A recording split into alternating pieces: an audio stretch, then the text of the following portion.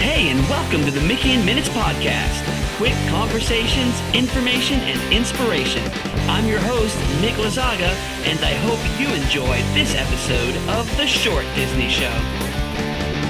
Hey, what's going on, everybody? Thanks for tuning in to another episode of the Mickey and Minutes Podcast. This episode is actually a continuation of the last episode, a conversation with my good friend Jake D from the Sippin Mimos Podcast about our Disney vinyl record collections. I'm about to drop you right into the middle of that, exactly where the last one ended. So if you already listened to the last episode, enjoy the conclusion of that conversation. But if you missed it, I really encourage you to go back and listen to it first, then come back to this one. Not only will you get the first half of the conversation, but you'll also get to hear the newest Hi Dad Soup cover, a pop-punk version of Stand Out from a Goofy movie. Spoiler alert, it rocks. All right, now on to the show. Enjoy.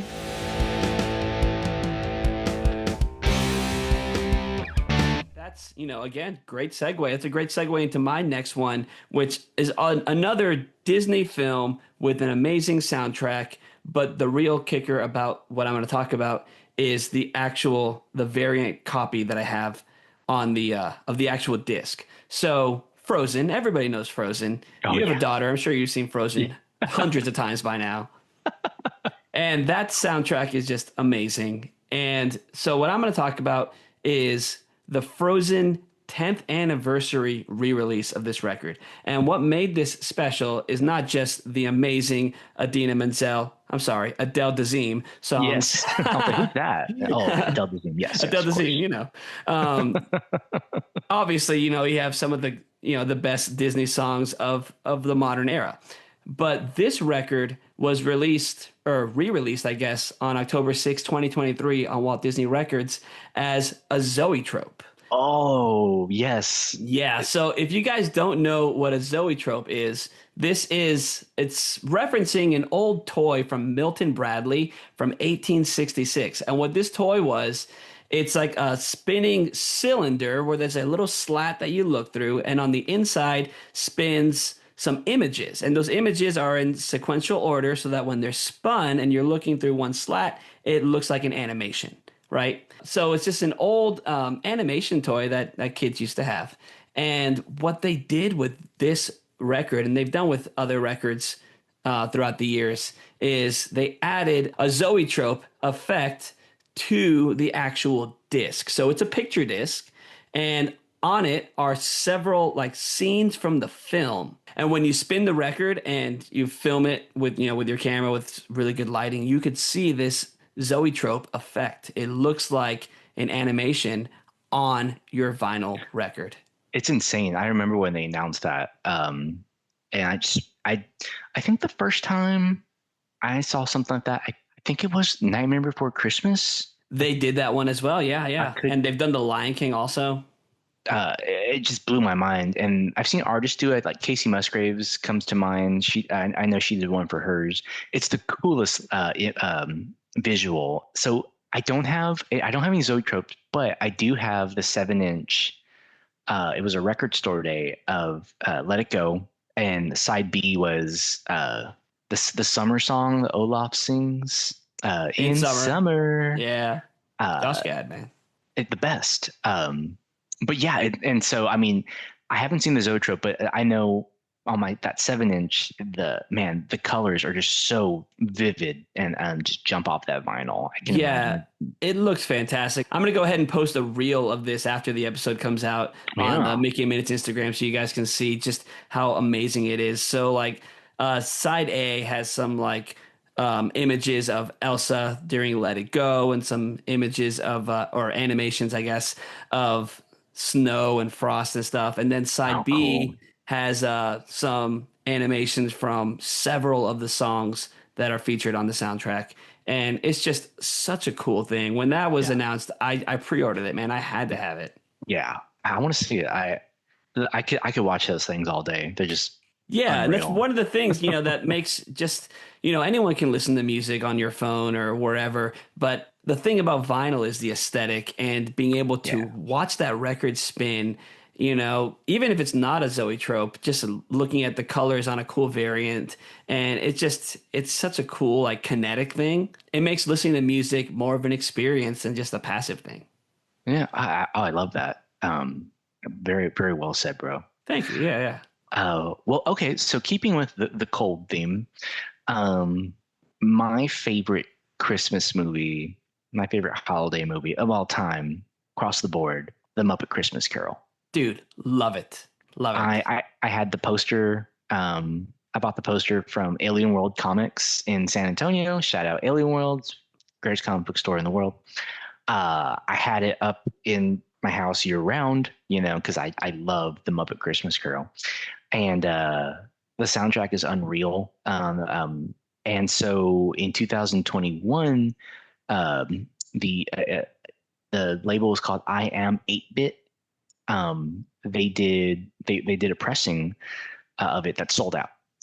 So of course, I was very sad. But then they repressed it on Ghost of Christmas Past blue vinyl. Ooh. And I pre-ordered that. And Dude. Yes. So that one, 2021 Muppet Christmas Carol. It's got music and lyrics by Paul Williams, who famously wrote The Rainbow Connection. Oh yes, beautiful. It's a movie I watch once a year. It's got to be a yearly Christmas movie.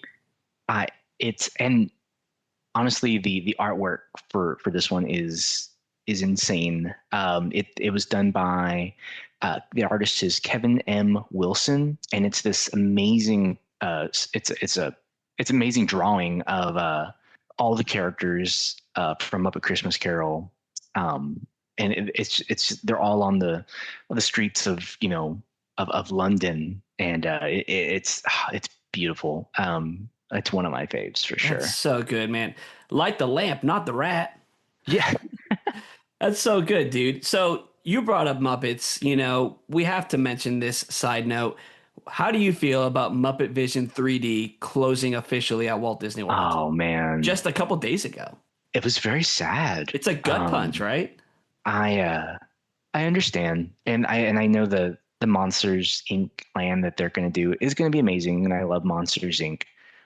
But I mean, 34 years, something like that, man. Yeah, and this was Jim Henson's last work, dude. Yeah.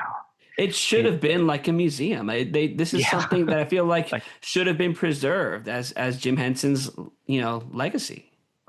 It was very sad, and seeing like the fans show up, like on Instagram, following that, like it was very surreal, and it really made me. I remember, I couldn't sleep this weekend.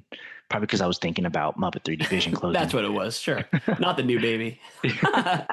And I just remember watching it, and they put one. It was one with Pictures in My Head. That was the song from the Jason Segel's Muppet, which is the saddest song ever. But one of the best Muppet films ever. Oh, killer. Yeah, it's I will miss it. It's hard to see something like that go, and we do have Monsters Inc. land coming to that area, so we know about the door coaster coming to the back. But I think what makes this especially difficult is that they haven't really told us what's specifically replacing Muppet Vision 3D. So it has a lot of us wondering, could they have just kept Muppet Vision and had Monsters Inc. land start behind it? Like, was there a way to have both? Could we have done anything like that? But I guess the answer is no, and Disney was ready to move on, and I guess we all have to also. But you brought up Muppets, man, so you're gonna make me cry. No, I mean, I'm hoping they put it out on like Disney Plus, where it can be revisited, and for folks that weren't able to see it. It'll never be the same. Not being able to experience those 4D effects in the theater. Statler and Waldorf as animatronics, Sweetums coming in as a live character. Like, there was just so much going on. It's going to be missed. I know it's funny. Like, I'll text Nick and be like, "Hey Nick, what was Alien Encounter like?" I'll ask Nick like things like that, like that. He he experienced that maybe was I don't have a memory of, or what was Mr. Toad's right, yeah, that was just a couple weeks You ago. did, yeah. And You Nick just and Nick always has, he always fills me in, which I'm grateful for. But Muppet 3D Vision was was an essential. We did it, enough times where I can quote it, and yeah. I will miss it. You know what? We'll see what the Muppet Rockin Roller Coaster will be like. I'm curious how that's gonna work, man. Are you gonna miss Aerosmith? Kind of am. Kind I of, remember. yeah. Why I not? remember the last time. One of the last times I was there, I remember thinking like, well, this can't be Aerosmith forever because I mean, Aerosmith, they're iconic, but Yeah, there's a lot of they're great music in the world. It doesn't have to be yeah, Aerosmith I forever. remember Sure. thinking like, who's the American band that can like step in for Aerosmith? Who's the Aerosmith of their time? And I was like, I don't know, maybe Green Day, like Green Day's Rockin' Roller Coaster. See, in my mind, there was only ever one clear choice. There was a pop artist from the '90s who just, is still someone who's iconic and people are still talking about that. I feel like should have taken over Rock and Roller Coaster, and that is Powerline. Oh yeah. Oh, I It feel should have like been Powerline, dude. It should in have a been lot of Goofy Movie. ways, yeah, like that makes so much sense. It could Yeah. have been like Goofy and Max speeding their way to Powerline's concert. Chelsea and we had this idea. We were like brainstorming one day, armchair imagineering, if you will. Like, how could they have done that? And we had this idea where it's like, what if it's, more present day and Max is a PA for a Powerline tour, for a Powerline comeback tour. It was his favorite artist. He was always into music. Like, what if he worked for Powerline and was putting this concert together? And that could be a cool backstory for like a Disney Plus show. And then us, the audience, are racing to the Powerline reunion show. Like that That's would have been so cool. good. Dude, Yeah. right? But I feel it's weird. Like I know Goofy Movie, there's been like a renaissance for it. There It's like the 30th has. anniversary this year. Yeah, and that's that great documentary on Disney Plus. But I still feel like it's despite all that, I still feel like it's a cult movie. Yeah. So I mean, I'd be all on board for that. But I feel like it's still like But is the Muppets the right choice for a roller coaster? I guess only time will tell. So my next one, I'm a Disney parks guy, obviously, you know that. I want to piggyback off something you were saying and kind of sum up what our friendship is. You were saying that you messaged me asking me about Disney park stuff. I message you all the time asking about music or being like, dude, did you see this was released? We do that all the time, right? Like, oh, this was just pressed on vinyl. yeah. So, I definitely do pride myself as a Disney parks guy. So this next one had to be a Disney parks specific record. And it's a pretty cool one, I'll tell you that. So are you a fan of the Tiki Room? Oh Classic yeah. Walt Disney attraction. Classic. So back in 1968, they released on Disneyland Records Walt Disney's Enchanted Tiki Room. And so this record, side A was the full Tiki Room, all the songs from the original show. And then side B was the Jungle Cruise.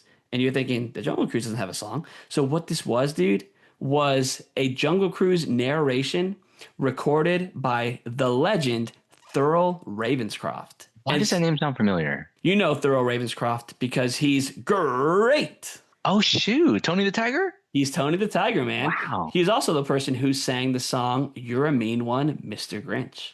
Oh. And his voice has been used for Disney as the Buffalo Head in Country Bear Jamboree. He was one of the singing busts in Haunted Mansion, singing Grim Grinning Ghosts. He was a parrot in the Tiki Room. He was a drunken pirate in Pirates of the Caribbean. And he even sang in the chorus of It's a Small World.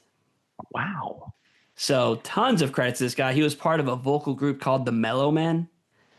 Yeah, so he has one of the most iconic voices, I feel like, in voiceover history. And so he does this fantastic narration of the Jungle Cruise. Now, I do not have this 1968 release, but what I do have in 2019, Walt Disney Records perfectly replicated this release down to how the vinyl and the gatefold is, to the way that the vinyl looks and the label on there. It's a perfect replication of it, and it's amazing. It was released on Disney Music Emporium, and it's spectacular, dude. It's a perfect recreation, and it's amazing. Awesome.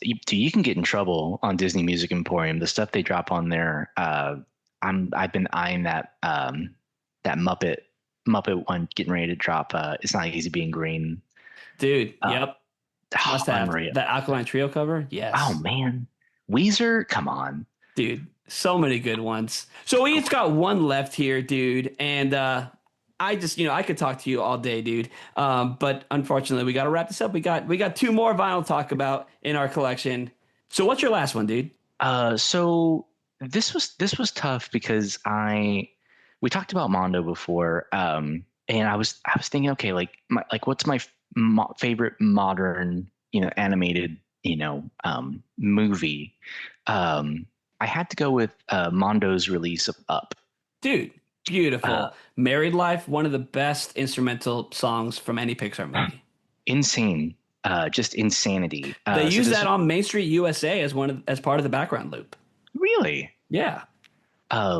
So pressed by Mondo in 2021, score by Michael Giacchino, who is just the man. He's The man. everywhere. And He not did just The Incredibles, right? he did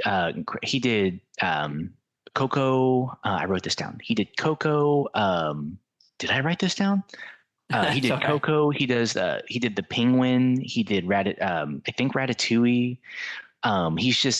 He's become like my new hero. It's just an incredible composer. Yeah, he did Ratatouille, Zootopia, Inside Out. He did the Batman. He's doing the new Fantastic Four. I mean, check him out. If you're not familiar with Michael Giacchino, he's just I'll unreal. say, if you say you're not familiar, you actually are. You just don't Yeah, realize it.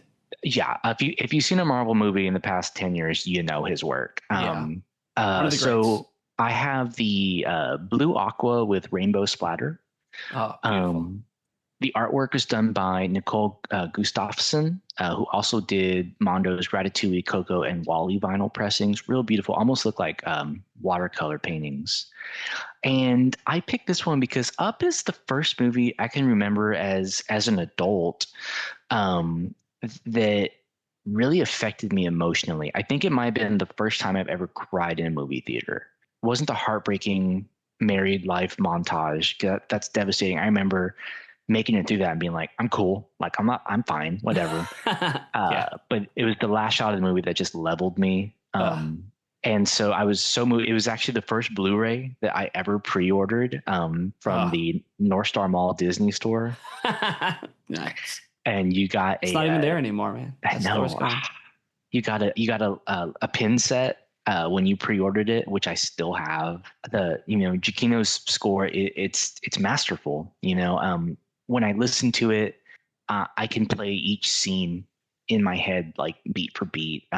Like I was driving and listening to Married Life, and that whole montage I just saw it in my head. And I think that's to close out my part of the show, I think that's one of the things I love most about film scores. It's like how closely the score and the image are tied, and especially with something like, think of like John Williams in Star Wars, like you can, or John Williams, Indiana Jones, or Wendy Carlos in the original Tron, I mean, these artists, these composers have created such a profound work that they're inseparable, and They're you can. synonymous with the films. Yeah. Exactly. Like when you listen to it, you can close your eyes and you can play the scenes in your head. And I think that's really special.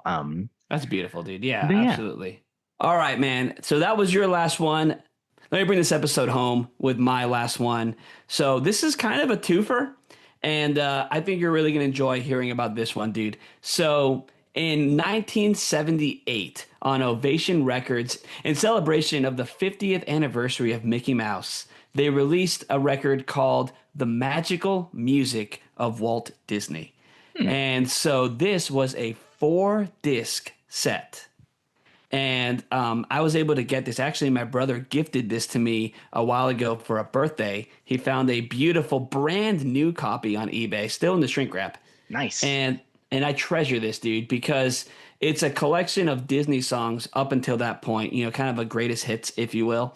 And these 4 records are housed in like a heavy box, And it also has a full color 52-page book that Oh, came with it, celebrating just the music of the Walt Disney Company. And it even includes some park songs. So songs like just classic park songs like It's a Small World, Pirates of the Caribbean, the Haunted Mansion song, and so much more. And it's just a beautiful record, dude.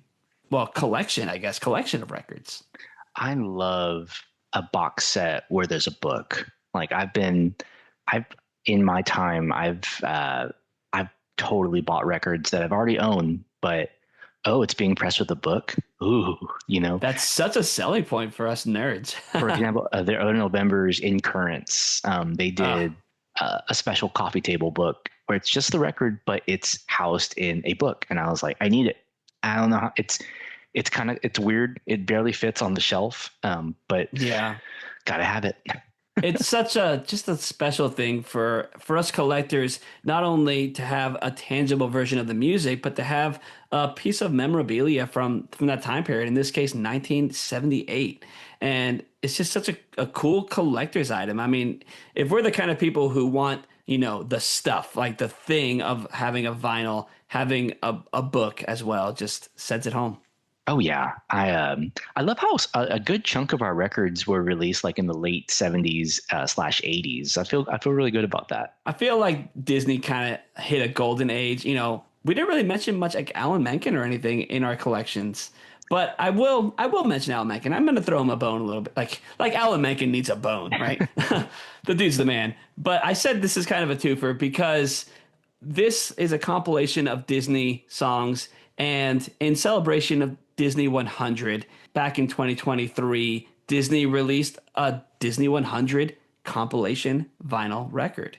And I had to group these together because it's kind of the same thing, just, many years later. This was Yeah. first one was 1978. This is 2023. So much more music has come out. But I think what's interesting is that in 1978, they felt the need to have four records to showcase all the music. And in 2023, they really did two. And it's funny because I guess when you have that much of a history of music, 100 years worth of music, Yeah. you could fill like 10, 15 vinyls. So to narrow it down to what they considered as the best, and each of these, well, they actually what they did is they released two different versions of this record. It was actually two different versions that you had to buy separately. And so each one had completely different track lists. And I only Very have cool. one of these actually. I Is have to go and find the other version. is it like the white cover? It's like a foil silver shiny cover, Oh yeah, yeah, yes. and Okay. it's pressed on a silver variant. I Yes. believe they're all silver, and it's fantastic just to go through from start to finish and hear the progression of Disney music over the Yeah. years. And something, there's been so many songwriters and performers of all these songs over 100-year history, but they all have one thing in common, and that is heart. Yeah. That's what makes a Disney song so beautiful and memorable and special, is because it has heart. That's my sappy Absolutely. way of saying that. No, and I absolutely agree. And I think like it's like kind of is a perfect bow on it.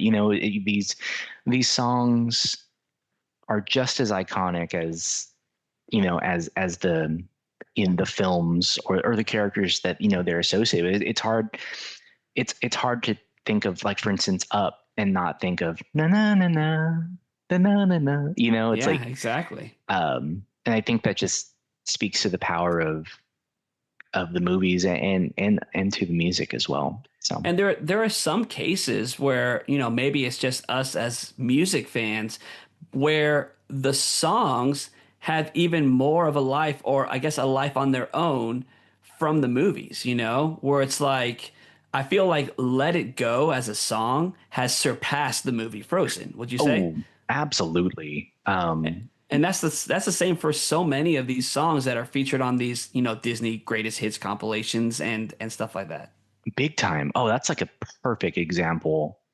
And then the other one I would say is You'll Be in My Heart, from Tarzan. Like So glad you mentioned that. Yes, absolutely.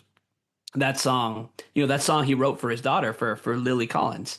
And it's such a beautiful, beautiful song that I feel like is definitely bigger than Tarzan itself Yeah. just as a piece of music. You're not even associated with that film. Yeah, it like transcends like into the into just pop culture. Just it becomes its own thing. That's really cool. And another, it's not a Disney, but the one I'm thinking of is "Kiss from a Rose" by Oh, yeah. Seal for Batman Forever, man.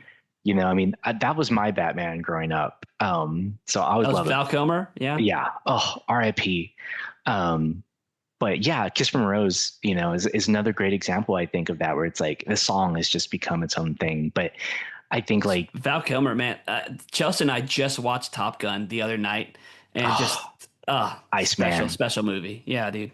This was a blast, and it really, just like last season, it really made me think, like, go into, I call it the Library of Alexandria.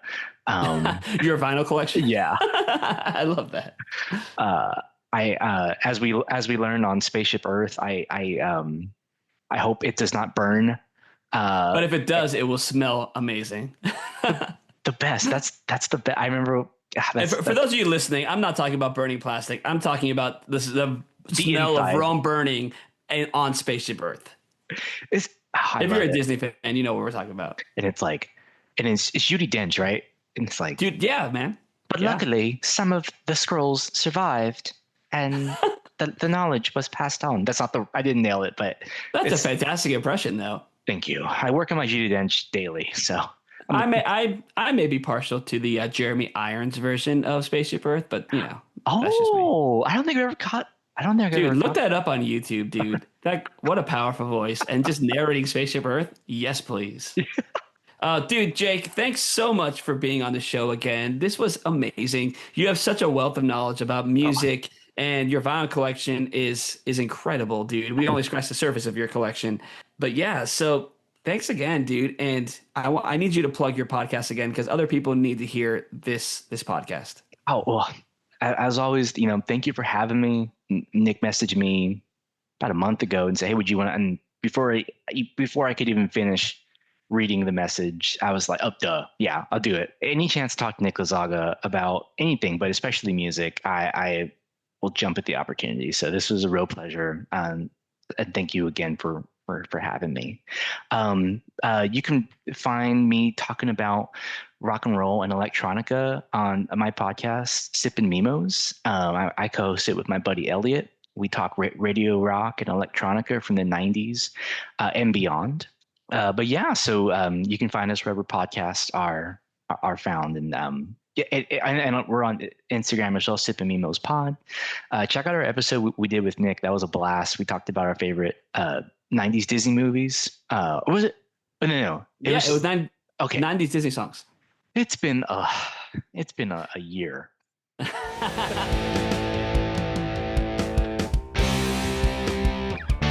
Well, I hope you enjoyed that conversation with Jake about our favorite Disney vinyl records. He's a good dude and always so much fun to chat with. Do you collect Disney vinyl records? If so, what's your favorite one? Let me know by leaving a comment or a message on Instagram or wherever you listen to the show. Well, thanks for listening, and I hope you tune in again soon. We have some more great content coming your way for the rest of Season 7, including the conclusion of the Dismantling Dinoland miniseries, Christmas in July, a Disneyland 70 trip report, and more. I also invite you to join the conversation during Mim Mondays. That's my weekly live stream every Monday on Instagram at 8 p.m. Central Time. Together, we discuss the latest Disney news and make Mondays magical. If you can't make it to the live, you can subscribe to our YouTube channel to watch the playbacks at your convenience. Well, I guess that's it for now. I'll see you next time. Bye. Thanks again for listening to the Mickey and Minutes podcast. If you liked it, tell your fellow Disney friends about it. Follow on Instagram at Mickey and Minutes, subscribe wherever you listen, and check out mickeyandminutes.weebly.com for more content.